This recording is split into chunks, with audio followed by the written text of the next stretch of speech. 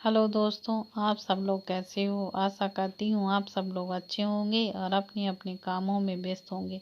दोस्तों, यह धड़कन लव द पावर का 30 भाग है। इसके बाकी के सभी पार्ट ऑलरेडी मेरे चैनल पर अपलोड कर दिए गए हैं।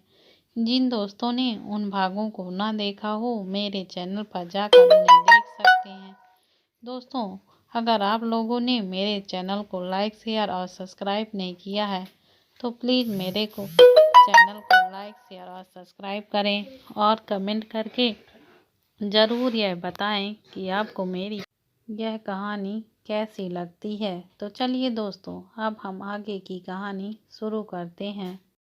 तच दिव्या को बाहों में लिए लेटा उसके प्यारे से चेहरे को देखकर सोच रहा था कि किसी का चेहरा इतना सिमिलर कैसे हो सकता है कि कोई भी धोखा खा जाए। तच दिव्या को बालों से अपनी उंगली फंसाकर उन्हें सुलझाता, फिर उन्हें उलझाकर फिर से सुलझा देता। जब से उसकी ज़िंदगी में दिव्या आई थी, तब से जब भी तच को सोचता तो यूं ही दिव्या के बालों में अपनी उंगली फंसाकर उससे खेलने लगता। तच यही सब सोचते हुए दिव्या को अपने ऊपर एडजस्ट कर लेता है और उसे पकड़कर अपनी आंखें बंद कर सोने की कोशिश करने लगता है। कुछ ही पलों में उसे भी नींद आ जाती है। सुबह के वक्त जब दिव्या की आंखें खुली तो उसके सामने तच का हैंडसम चेहरा था, जिसे वो पिछले 2 महीनों से देखने के लिए तरस रही थी। दिव्या अपनी ढूंढी तच के सीने में टिकाकर प्यार से उसे देखती रहती है। तब जाकर दिव्या का ध्यान टूटता है जब उसे तच की गहरी आवाज़ सुनाई देती है, तुम अगर ऐसे ही मुझे देखते रहोगी तो मुझे कुछ करना पड़ेगा और तुम्हें पता है कि अभी मैं कुछ कर नहीं सकता, इसलिए तुम मुझे सीढ़ी कर रही हो ना। तच अपनी नज़रें एक जगह पर टिकाए हुए बोला। दिव्या तच की नज़रें अपने खुले हुए चेस्ट की तरफ देखकर शर्मा जाती है और जल्दी से अपना बाथरोब सही करने लगती है। तच दिव्या के बाथरोब सही कर रहे हाथों को पकड़कर बेड में पलट जाता है और दिव्या के ऊपर आते हुए कहता है, तुम मुझे तरसा रही हो ना। दिव्या, मैंने कब मना किया है, वो तो आप ही खुद को रोक रहे हो। तब दिव्या के हाथों को ऊपर उठाकर उसके होठों के करीब आते हुए बोला, हाँ तो अभी करने दो ना। ना, आपने बिना प्रोटेक्शन के मना किया है ना, तो अब आप बिना प्रोटेक्शन के मुझे हाथ भी मत लगाना। अच्छा जी, तो ये लो। फिर तच दिव्या के सीने से अपने होठों से सहलाने लगा। तब दिव्या को किस नहीं कर रहा था, बस उसे परेशान कर रहा था। तच छोड़ो ना, क्या कर रहे हो आप। कुछ नहीं, बस ऐसे ही। तच छोड़ो ना, मुझे गुदगुदी हो रही है। तच दिव्या तच के उसके पेट पर अपने होठों से सहलाने पर खिलखिलाकर हंसने लगती है। तच दिव्या को खिलखिलाकर हंसते देख उसके चेहरे पर बिखरी हंसी तच को दिव्या का और दीवाना बना रही थी। तच दिव्या के होठों पर अपने होठ रख उन्हें शिद्दत से चूमने लगता है। दिव्या की सांस अचानक तच के किस करने पर थम जाती है। तच के हाथ दिव्या के बाथरोब के अंदर उसके चेस्ट को छू रहे थे। तच दिव्या के निचले होठों को अपने होठों के बीच रख के चूम रहा था। धीरे धीरे कर तच की चाहत बढ़ रही थी। तच की वजह से अब दिव्या भी बहकने लगी थी। दिव्या अपनी नशीली आंखों से तच का चेहरा देखती है, जो उसे चूमने में कॉन्सेंट्रेट कर रहा था। दिव्या तच के पीठ पर हाथ चला रही थी। तच दिव्या के मुंह से अपनी जीभ डालकर दिव्या के जीभ को चूसने लगा था।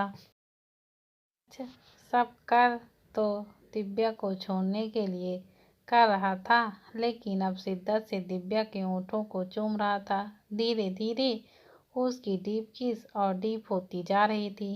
तच के हाथ लगातार दिव्या के बदन के हर हिस्से को सहला रहे थे, जिससे दिव्या अब सिसकियां भरने लगी थी। जब तच को फील हुआ अगर वो इससे आगे बढ़ा तो वो खुद को दिव्या के सामने से रोक नहीं पाएगा, तो तच दिव्या को छोड़कर उसके बगल में लेट गया और लंबी लंबी सांसें भरने लगा। दिव्या भी गहरी सांसें भरते हुए तच को देख रही थी। जैसे ही तच दिव्या को देखता तो दिव्या की नज़रों से तज की नज़र मिली तो दिव्या तज के सीने पर अपना चेहरा छुपाकर शर्माने लगी। तज दिव्या से, जा तुम जाओ, फ्रेश हो जाओ और हाँ, अच्छे से रेडी हो जाना, हमें कहीं जाना है। कहाँ जाना है तज जी? दिव्या के पूछने पर तज बोला, सरप्राइज है, तुम बस अच्छे से रेडी होकर जल्दी से आ जाओ, मैं भी रेडी हो जाता हूँ। दिव्या बेड से उठकर जाने लगी तो तज दिव्या का हाथ पकड़कर उसे रोकते हुए बोला, जान, टाइम कम है तो क्यों ना दोनों साथ में ही शावर लेते हैं, टाइम बच जाएगा।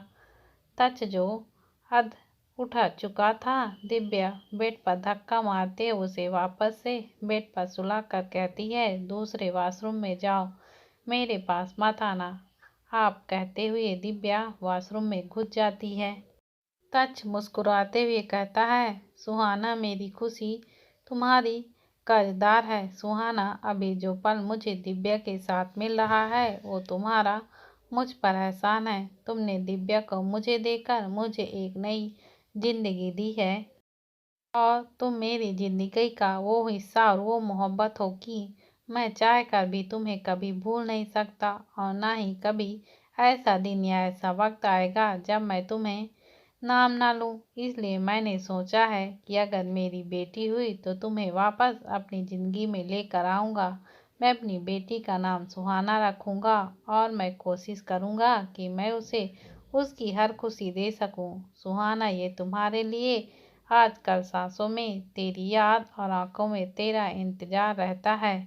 मुमकिन तो नहीं है, फिर भी तेरे साथ रहने का ख्वाब सर पे सवार रहता है। यूं हर रोज तेरी तस्वीर मेरे चेहरे पर खुशियाँ लाती हैं। यूं हर रोज मुझ पर तेरी दी गई हर मुस्कुराहट का उधार रहता है। तज मुस्कुराते हुए सुहाना को याद कर रहा था। तभी तज का फोन बजता है तो तज अपना फोन उठाकर देखता है तो उसमें मिसेस सीता ओबरॉय लिखा हुआ शो कर रहा था। तज मुस्कुराते हुए फोन रिसीव कर बोला, हेलो। फोन के दूसरे साइड से मिसेस सीता ओबरॉय कुछ कहती हैं तो तज फिर से स्माइल करते हुए कहता है, आ रहा हूँ और आप सबके लिए 2 सरप्राइज अपने साथ लेकर आ रहा हूँ। तज की बात सुनकर दोनों तरफ से कॉल कट हो जाता है।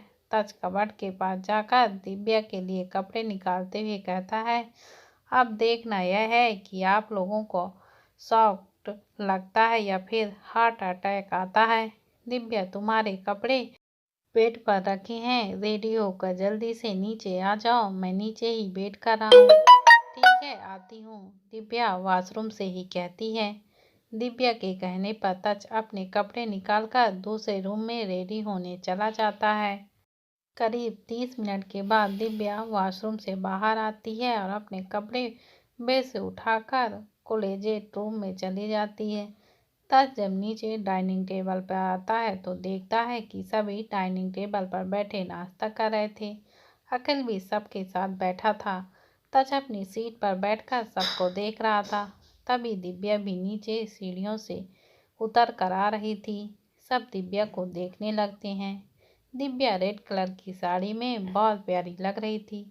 दिव्या ने हल्का मेकअप किया हुआ था, गले में मंगलसूत्र और मांग में भरकर सिंदूर भी लगा रखी थी। गले में डायमंड की ज्वेलरी, उसी की matching earliness, matching diamond bangles और फिंगर रिंग भी पहनी हुई थी। दिव्या सबके बीच में आती है और तज के बगल वाली सीट में बैठ जाती है। लीला आंटी दिव्या को देखकर उसके लिए भी नाश्ता सर्व करती हैं। दिव्या जैसे खाना स्टार्ट करती है तो तज उसका हाथ हटाकर खुद अपने हाथ से दिव्या को खिलाने लगता है।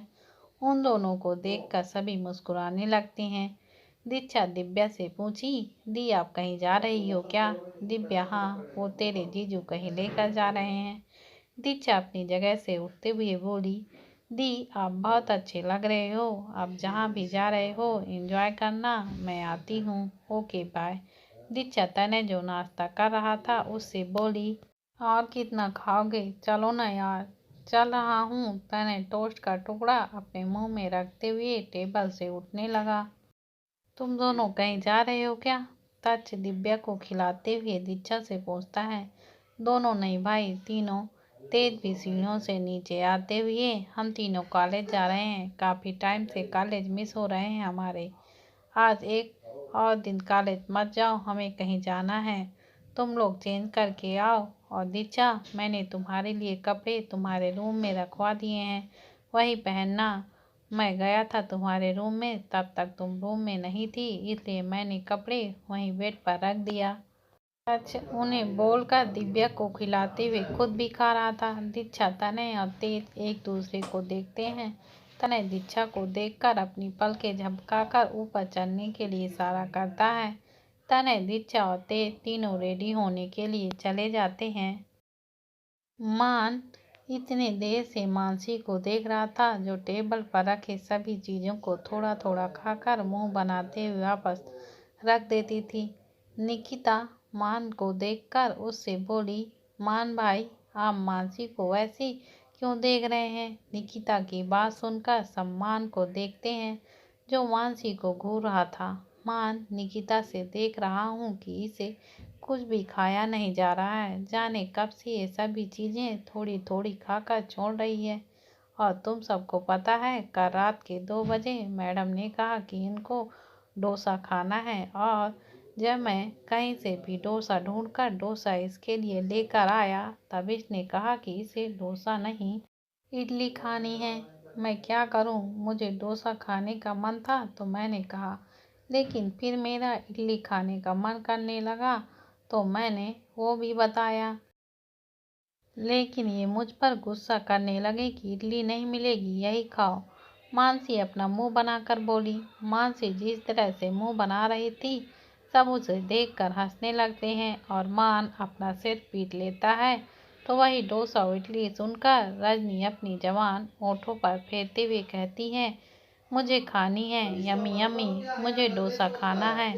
हाँ तो अभी हम सब बाहर चलते हैं, फिर तुम्हें जो भी खाना है वो सब खा सकती हो, और तुम्हें जो भी लेना हो तुम भी ले सकती हो।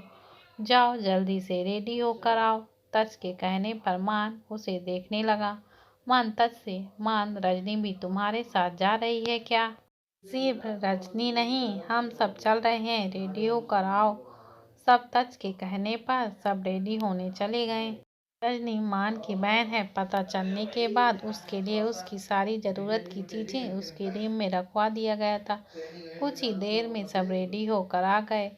सब में रजनी ने एक दंगरी पहन रखी थी और कंघी हाथ में लिए फिर रही थी। रजनी मान के पास आकर बोली, मेरी चोटी कर दो। मान रजनी को सोफे पर बैठाकर उसकी चोटी करने लगा।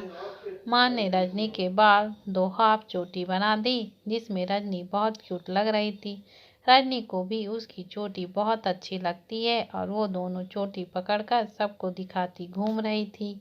कुछ ही देर में वो सब एक वाइट कलर की संगमरमर के बंगलों के पास आकर उनकी गाड़ी रुकती है। उस बंगलों के मेन गेट में पास दीवार पर ओबरॉय विला लिखा हुआ था। थोड़ी ही देर में सब 2 गाड़ियों में बैठकर विला से निकलकर अपनी मंजिल की ओर चले गए। उनके साथ वो जो भी था। गेट पर खड़े बॉडीगार्ड्स की नज़र जैसे ही तच पर गई, सब ने उसे ग्रीट करने लगे और वो सब मेन गेट के अंदर जाते हैं। बंगलों के मेन गेट के ठीक बीच में एक बहुत ही खूबसूरत सा फाउंटेन बना हुआ था, जो शायद अभी सुबह होने पर बंद था। दूसरे साइड पूरा गार्डन बना हुआ था, जहाँ पर कुछ गार्डनर काम कर रहे थे, लेकिन तच को अंदर आते हुए देखकर सब सर झुकाकर उसे ग्रीट करते हैं।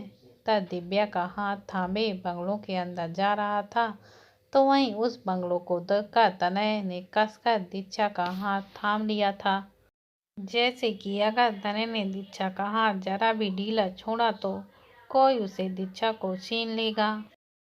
तेज भी हैरानी से टच को देख रहा था। तब ये लोग डोर के पास पहुंचते हैं। टच डोर बेल बजाता है तो कुछ ही पल में एक बुजुर्ग महिला आकर डोर खोलती है, और उनके साथ उस बंगले में रहने वाले सभी लोग थे, क्योंकि टच को देखते ही मेन गेट पर खड़े गार्ड्स ने इंटरकॉम पर कॉल करके उन्हें टच के आने की खबर दे दी थी। तब दिव्या को लेकर आगे बढ़ते हुए उनके पैर छूते हुए कहता है, दादी, ये आपकी बड़ी बहू है। वहाँ खड़े सभी लोग सन्न रहकर बस दिव्या को घूरते रहते हैं। अनुज, जो इस समय अपने केबिन में अपने हाथ में रजनी की ब्लड रिपोर्ट लेकर बैठा उसके पन्ने पलट पलट कर देख रहा था, उसमें जो लिखा था वो सब पढ़कर अनुज का दिमाग खराब हो गया था। अनुज उस रिपोर्ट को टेबल पर फेंकते हुए कहता है, कोई सिर्फ अपनी हवस मिटाने के लिए एक मासूम लड़की के साथ ऐसा कैसे कर सकता है? उसके साथ इतनी गंदी हरकत कैसे कर सकता है? उस रिपोर्ट में लिखे शब्दों को पढ़कर अब अनुज के सर में दर्द होने लगा। अनुज फर्स्ट एड बॉक्स खोलकर उसमें से पेन किलर निकालकर अपने मुंह में डाल लिया और ग्लास का पूरा पानी एक ही सांस में पीता चला गया। रजनी के ब्लड रिपोर्ट में लिखा था कि सेडेटिव नामक दवा का इस्तेमाल रजनी के शरीर में लंबे समय तक बेहोश रखने के लिए किया जाता था। इस दवा का असर ये होता था कि जिस इंसान को ये दवा दिया जाता था उसके होश में वापस आने के चांस कम हो जाते थे। उसकी बॉडी पैरालाइज हो सकती थी या फिर उसकी मौत भी हो सकती थी। लेकिन रजनी का जो ब्लड ग्रुप था वो 100 में 1% ही होता था और ऐसे ब्लड ग्रुप वालों में ऐसे नेचुरल एंटी पर्सन होता था जो ऐसे घातक दवाओं से लड़ने में उनकी सहायता करते हैं और रजनी उन्हीं में से एक थी। लेकिन रजनी पर सेंसिटिव और एनीस्थीसिया का इतना ज़्यादा इस्तेमाल किया गया था कि अब रजनी के ब्लड में एनीस्थीसिया का असर ना के बराबर ही हो रहा था और इसलिए जब अनुज ने रजनी को कंट्रोल करने के लिए उसे एनीस्थीसिया का इंजेक्शन दिया तब रजनी कुछ ही देर में होश में आ गई थी। रजनी का ब्लड विषैले पदार्थ से होने वाले बीमारियों के इलाज के लिए कारगर हो सकती है और किसी इंसान की जान भी बचाई जा सकती है, क्योंकि किसी भी विषैले पदार्थ का रजनी के खून पर कोई असर नहीं होता है। जहां अनुज को इस बात की खुशी थी कि रजनी उन 1% लोगों में से है, बहुत स्पेशल होते हैं, तो वहीं अनुज को उस इंसान पर बहुत गुस्सा आ रहा था जिसने रजनी के साथ ये गलत किया था। इधर ओबरॉय विलय का डोर खुलते ही तज दिव्या का हाथ थामकर सामने खड़ी बुजुर्ग महिला के पैर छूते बोला, दादी माँ आशीर्वाद दीजिए, आपकी बड़ी बहू है। तज की दादी के पीछे खड़े सभी लोग जो दिव्या का चेहरा देखकर हैरान रह गए थे, वो तज की दिव्या उनके मुताबिक सुहाना के लिए बड़ी बहू सुनकर उनके कानों पर यकीन नहीं हो रहा था कि तज ने उन्हें बिना बताए शादी भी कर ली और वो भी उस लड़की से जिससे वो प्यार करता था। लेकिन कैसे? वो तो मर चुकी थी ना। सबके मन दिव्या को देखकर यही चल रहा था। तच की दादी शांति देवी झुककर उनके पैर छू रहे तच और दिव्या के सर पर हाथ रखकर बोली, सदा सुहागन रहो और जल्दी से मुझे मेरे पर पोता पोती का मुंह दिखाओ। उनकी बात सुनकर दिव्या का दमकता चेहरा उतर गया था। तच दिव्या का हाथ पकड़कर दबाकर उसे रिलैक्स करता है और पीछे घूमकर तनय दीक्षा की तरफ अपने हाथ से दिखाते हुए बोला, दादी ये आपकी छोटी बहू है। दीक्षा जो खुद भी दिव्या की ही तरह नई नवेली दुल्हन की तरह तैयार थी, वो अपने लिए बहू सुनकर हैरानी से तच को देखने लगी। तच दादी के कान में बोला, दादी इनकी अभी शादी नहीं हुई है, लेकिन ये दोनों एक हो चुके हैं और आपके पोता पोती भी कुछ महीने में आने वाले हैं, इसलिए मैं इन्हें यहाँ आपके पास लेकर आया हूँ ताकि आप इनकी शादी करवा सको। अगर आपको अपने पर पोता पोती की शक्ल देखनी है तो आपको इनकी शादी करवानी पड़ेगी, नहीं तो फिर आपने पर पोती पोता की शक्ल कभी नहीं देख पाएंगी। तच की बात सुनकर दादी घूर कर तच को देखती है। पिता ने दीक्षा से कड़क आवाज में बोली, इधर आओ। तने दीक्षा का हाथ कसकर पकड़ लिया और तच की तरफ देखा तो तच अपनी आंखों से उसे आगे जाने के लिए बोला। तनय दीक्षा का हाथ थामे दादी के पास आया और उनके पैर छूने के लिए जैसे झुकने लगा कि दादी दीक्षा के कंधों को पकड़कर उसे रोक दी और अपने गले से लगाते हुए बोली, इतनी प्यारी है मेरी छोटी बहू। तू मेरे पैर छू। दादी तनय को देखकर बोली तो तनय मुंह बनाते हुए बोला, दादी मैं आपका पोता हूँ। दादी भी तनय के अंदाज में मुंह बनाते हुए बोली, बड़ा आया बोलने वाला, मैं आपका पोता हूँ, पैर छू पहले मेरे। दादी दीक्षा के सर पर हाथ फेरते हुए बोली, अगर तू मेरा पोता होता तो मेरी इतनी प्यारी बहू को मुझसे दूर नहीं रखता। दादी पीछे मुड़कर बोली, सीता किंजल जाओ जाकर आरती की थाल, कलश और आरता की थाल लेकर आओ। आज पहली बार मेरी बहुएं इस घर में अपने कदम रखने जा रही हैं, उनका स्वागत तो कर लें। जी माँ अभी लेकर आते हैं, कहते हुए सीता जी और किंजल जी वहाँ से चली गईं। तच के साइड खड़ी निकिता किंजल नाम सुनकर किंजल नाम की औरत को देखने के लिए आगे झांकने लगी, पर उसे सिर्फ अंदर जाती हुई दो औरतों की पीठ ही नजर आई। क्या हुआ, किसे देख रही हो? कोई है क्या जिसे तुम जानती हो? निकिता को इधर उधर झांकते देख अखिल उसके हाथ को पकड़कर पूछता है। नहीं, मुझे ऐसे लगा जैसे कोई हो जिसे मैं जानती हूँ, पर ऐसा कोई नहीं है। निकिता झूठी हंसी के साथ अखिल से बोली। कुछ ही देर में सीता जी और किंजल जी आरती का थाल और आलता से भरी थाल और चावल से भरी दो अलग अलग कलश लाकर दरवाजे की चौखट पर रख देती हैं। तच के दादाजी राजन ओबरॉय तच को घूर कर देख रहे थे कि वो जो तच की शादी दुबई के डॉन की बेटी रिया के साथ करवाना चाहते थे, अब वो कैसे करवाएंगे। लेकिन अभी वो कुछ कह नहीं सकते थे, क्योंकि उनकी पत्नी के सामने उनकी एक नहीं चलती थी। दादी बोली, दिव्या और दीक्षा को समझाते हुए बोली, देखो बहू, पहले इस कलश को अपने सीधे पैर से ठोकर मारना, फिर इस आलते से भरे थाल पर अपने पैर रखकर सामने बिछे सफ़ेद चादर को दिखाकर इस पर अपने शुभ कदम रखना। तुम दोनों बहुओं के कदम इस घर के लिए शुभ हो जाएं। लेकिन इस सब में निकिता सामने खड़ी एक औरत जिसने अभी तक निकिता को देखा नहीं था। निकिता के मुंह से उन्हें देखकर अचानक से निकला, माँ। आखिर जिसने निकिता के मुंह से निकला शब्द सुन लिया था, उसे लगा कि सबको देखकर निकिता को अपनी माँ की याद आ रही है। आखिर निकिता को कंधे से पकड़कर उससे कहता है, जो लोग तुम्हें प्यार नहीं करते उन्हें याद भी मत किया करो। निकिता अखिल की तरफ देखती है, जो सही कह रहा था, लेकिन सामने खड़ी औरत को देखकर निकिता की आंखें नम हो गए थे, जिसे छुपाने के लिए निकिता अपनी गर्दन नीचे झुका ली थी। दिव्या और दीक्षा दोनों अपने सीधे पैर से कलश को ठोकर मारकर नीचे गिरा देती हैं। उनके कलश को ठोकर मारने पर कलश का चावल कुछ दूर तक गिरकर बिखर गया था। कहते हैं कि घर की लक्ष्मी के कलश को ठोकर मारने पर कलश में भरा चावल जितनी दूर तक फैलता है, उस घर में भी सुख समृद्धि उतनी ही ज़्यादा होती है।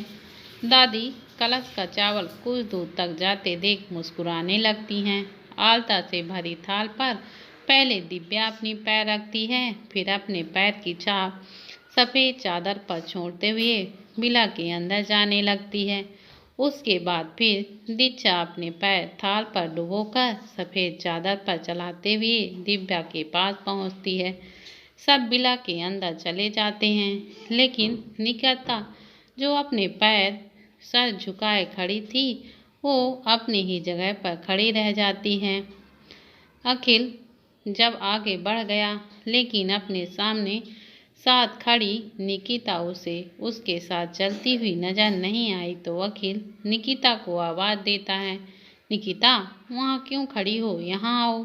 तो वहीं जैसा रिएक्शन निकिता का किंजल नाम कर सुनकर था, वैसा ही रिएक्शन निकिता नाम सुनकर किंजल जी के चेहरे पर देखा जा सकता था।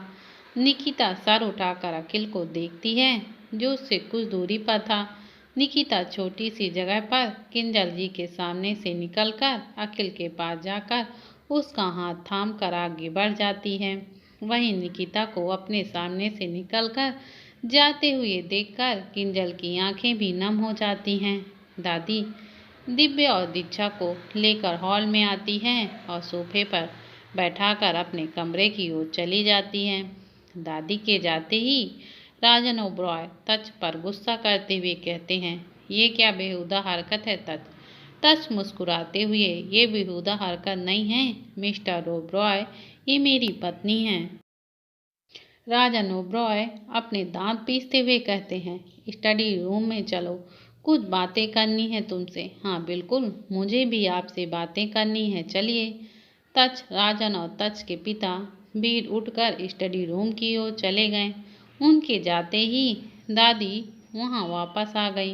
उन्होंने अपने हाथ में एक बहुत बड़ा सा बॉक्स पकड़ रखा था। दादी दिव्या और दीक्षा के सामने बैठकर उस बॉक्स को खोलती हैं और उनमें से एक जैसे दिखने वाले 2 जोड़ी कंगन निकालकर पहले दिव्या के हाथ में पहनाती हैं, क्योंकि दिव्या इस घर की बड़ी बहू थी। उसके बाद फिर दीक्षा को कंगन पहनाती हैं। शांति देवी जो भी कर रही थी वहां मौजूद लोग सिर्फ देख सकते थे, लेकिन कुछ कहना या करना उनके बस में नहीं था। दादी दिव्या और दीक्षा को घर में सबसे मिलवाते हुए कहती हैं, बहू मैं तुम्हारी दादी सास हूँ, लेकिन तुम दोनों मुझे सिर्फ दादी कहकर बुलाना। और ये तुम दोनों की सास है सीता, और ये तुम्हारी चाची सास है किंजल, ये उनके बच्चे हैं। और तुम्हारे देवर और नंद तेज और जूही को दिखाते हुए जूही जाकर दिव्या और दीक्षा को हक कर लेती है और दीक्षा से कहती है, भाभी मैंने आपको कॉलेज में देखा था जब आपने और भाई ने एक दूसरे को किस किया था, लेकिन भाई मना कर रहे थे कि आप उनकी गर्लफ्रेंड नहीं हैं। जूही की बात सुनकर दीक्षा शर्म से अपनी नजरें झुका लेती है, तो बाकी सब उसे ऐसे शर्माते हुए देख हंसने लगते हैं। तो दादी जूही के सर पर चपात लगाते हुए कहती है, कुछ भी बोलती है ये लड़की। तभी घर का सर्वेंट आकर सीता जी से कहता है, मैडम नाश्ता बन गया है, आप कहे तो लगा दें। सीता जी किंजल जी को आवाज देते हुए सर्वेंट के साथ चली जाती हैं। किंजल जी जो कब से निकिता की एक नज़र के लिए तड़प रही थी, उन्हें सीता जी के बुलाने पर वहां से जाना पड़ता है, लेकिन वो बार बार मुड़कर निकिता को देख रही थी कि निकिता एक नज़र उन्हें देख तो ले, वह निकिता से बात करने के लिए कह सकती हैं। दादी सबको डाइनिंग टेबल पर चलकर बैठने के लिए कहती हैं, तो सब डाइनिंग टेबल पर जाकर बैठ जाते हैं। सर्वेंट सारा नाश्ता टेबल पर रखने लगते हैं। तभी वहाँ रखे किस चीज़ की स्मेल से दीक्षा को उल्टी करने जैसे उकाई आने लगती है और वह जल्दी से वॉशरूम कहाँ है पूछकर वहाँ से उठकर वॉशरूम यूज करने चली जाती है। दादी भी उसके पीछे जाती हैं और दिव्या भी जल्दी से दीक्षा के पास जाती है, तो दिव्या देखती है कि दीक्षा वॉश बेसन में पास उल्टी कर रही है और दादी उसकी पीठ सहला रही थी। अभी उल्टियां करके दीक्षा की ऐसी हालत थी, उसे देखकर ऐसा लग रहा था कि जो तच ने दादी से कहा था वो सच ही था। स्टडी रूम में राजन ओबरॉय और वीर ओबरॉय एक साइड सोफे पर बैठे थे, तो दूसरे साइड तच और अखिल बैठे दोनों ही चिली एक्सप्रेस के साथ उन दोनों को घूर रहे थे। अखिल को उस रात के बारे में कुछ पता नहीं था, इसलिए उसने कभी ओबरॉय फैमिली से बात करने की कोशिश नहीं की थी। उसे लगता था कि वो क्या ही उनसे बात करे जब उनकी बहन ही अब इस दुनिया में नहीं है। लेकिन दिव्या के सब कुछ बताने के बाद वो इस मौके की तलाश में था कि उसे कब ओबरॉय फैमिली से बात करने का बस एक मौका मिल जाए और वो उनसे अपने सवालों का जवाब मांग सके कि आखिर उस रात सीता ओबरॉय ने उनके पिता से ऐसा भी क्या कहा था जो उनके चेहरे के एक्सप्रेशन ही चेंज हो गए थे। स्टडी रूम का तापमान धीरे धीरे कर गिरने लगा था, क्योंकि अब वहाँ पर बैठे चारों लोग एक दूसरे को ऐसे लुक दे रहे थे जैसे कि थोड़ी सी बात बढ़े और वो एक दूसरे का मर्डर कर दे। राजन ओबरॉय तच को अपनी जलती हुई नज़रों से देखकर अपनी जगह से उठते हुए पूछे, ये क्या हरकत है तच, तुमने शादी कर ली और इसके बारे में तुम्हारे परिवार को ही पता नहीं।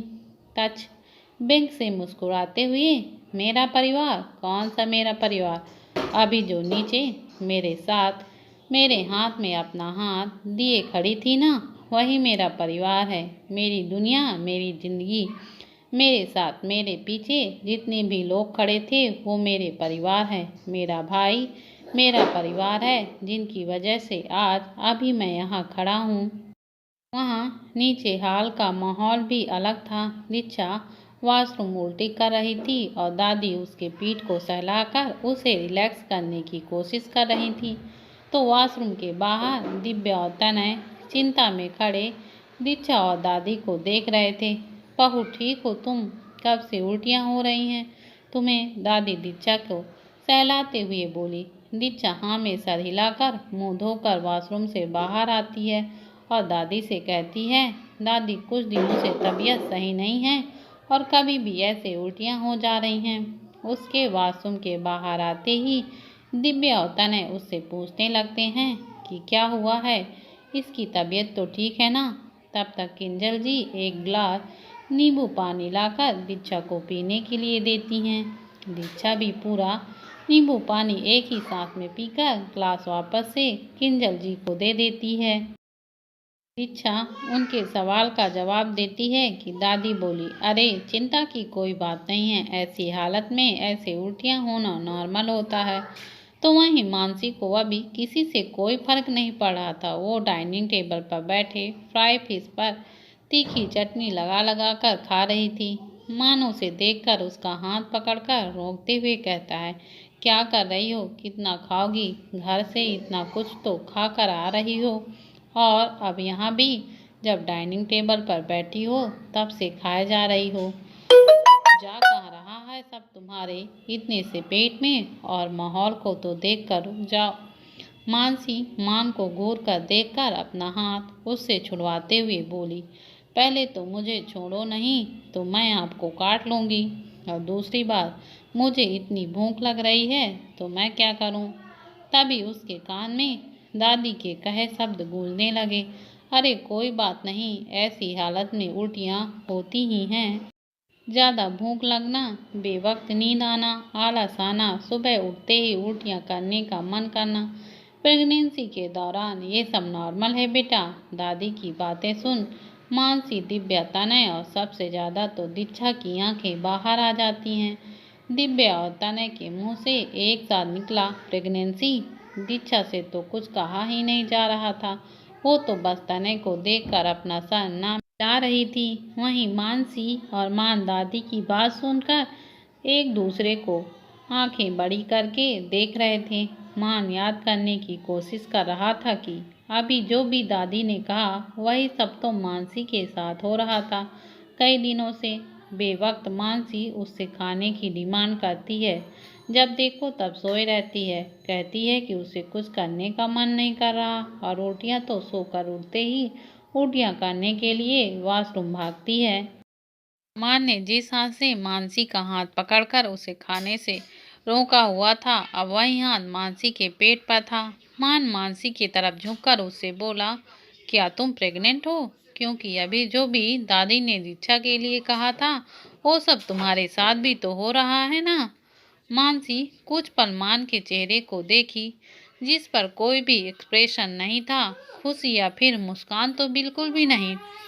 मानसी को लगा कि शायद मान ये नहीं चाहता कि वो प्रेग्नेंट हो, इसलिए मानसी जो खुद भी कंफर्म नहीं थी कि वो प्रेग्नेंट है या नहीं, मानसी जल्दी से अपना कंधा उचकाते हुए ना में सिर हिला दी तो मान मानसी के पेट से अपना हाथ हटा देता है।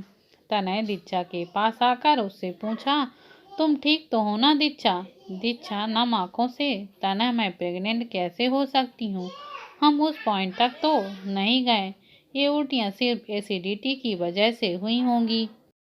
तनय दीक्षा के गाल छूकर बोला, भाई ने सबसे कहा था कि तुम इस घर की बहू हो, तो शायद दादी को लगा कि हमारे बीच सब कुछ हो चुका है और ये उल्टियाँ तुम्हारे प्रेग्नेंट होने की वजह से हुआ है।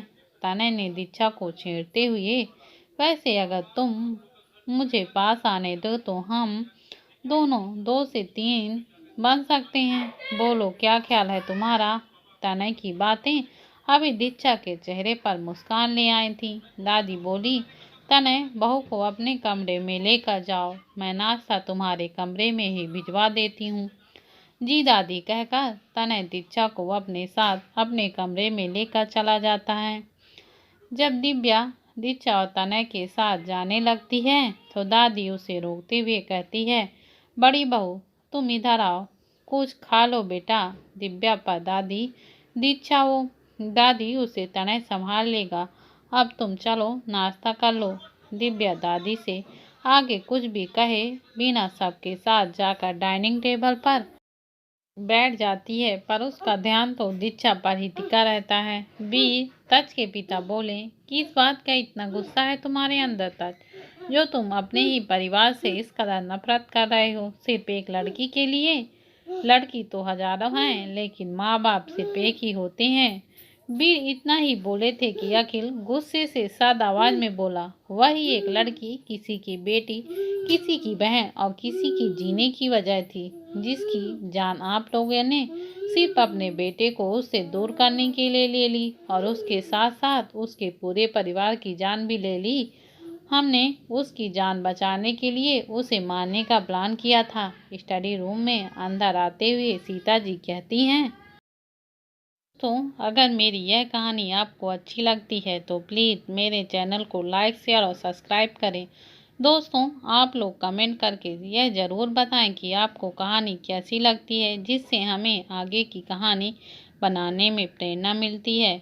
दोस्तों अगर इस कहानी से आपको बोरियत होती है तो ज़रूर कमेंट में बताएं, तो मैं जल्द से जल्द इस कहानी को ख़त्म करने की कोशिश करूँगी।